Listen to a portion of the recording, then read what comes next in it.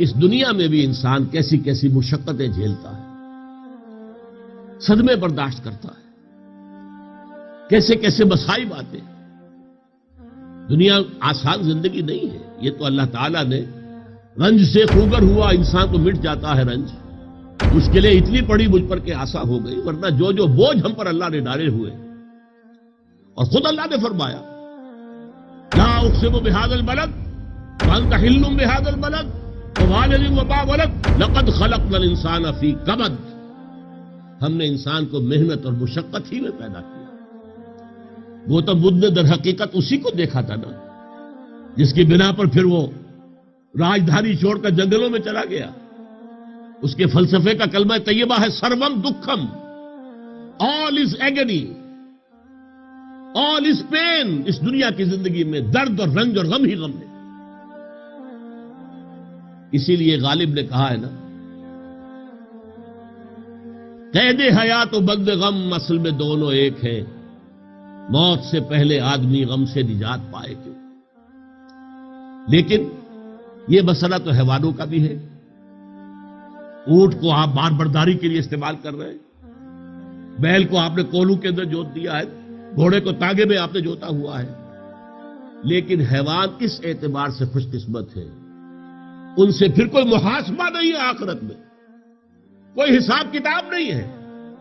جبکہ انسان کی ٹریجڈی یہ ہے، سارے دکھ جھیل کر، ساری مصیبتیں برداشت کر کے، سارے بوجھ اٹھا کر، پھر ایک وقت آئے گا یا ایھا الانسان انک کادح الی ربک کدحا فملاقیہ، یہ ساری مشقتیں جھیل کر اور ساری سختیاں برداشت کر کے پھر ایک مرحلہ وہ بھی آئے گا کہ اپنے رب کے حضور میں جا کھڑے ہونا ہے، لاؤ کیا کر کے لائے۔ یہ محاسبہ اخروی وہ ہے جس کے بارے میں حضرت ابو بکر صدیق رضی اللہ تعالیٰ عنہ کہا کرتے تھے، کاش کہ میں درختوں پر چہچہاتی چڑیا ہوتا جس سے کوئی مواخذہ نہیں، کوئی محاسبہ نہیں۔ کاش میں گھاس کا ایک تنکا ہوتا جو جلا دیا جاتا ہے، ختم ہو جاتا ہے، لیکن اس سے کوئی محاسبہ نہیں ہے، پوچھ گچھ نہیں۔ تو یہ کون ہے؟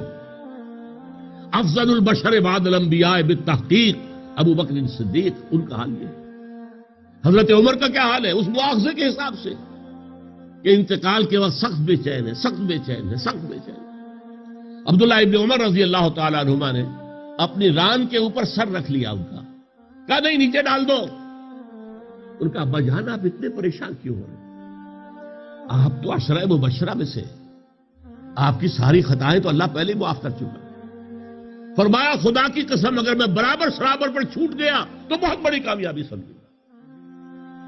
یہ ہے آخرت کا معاملہ کہ اب تو گھبرا کے یہ کہتے ہیں کہ مر جائیں گے، اور مر کے بھی چین نہ پایا تو کدھر جائیں گے۔ یہ انسان کی ٹریجڈی کا نقطہ عروج ہے، نقطہ عروج۔ سورۃ النبا میں کہا گیا ہے نا، یوم یقول الکافر یا لیتنی کنت ترابا، کاش کہ میں مٹی ہوتا، انسانیت کا شرف مجھے ملتا ہی نہ۔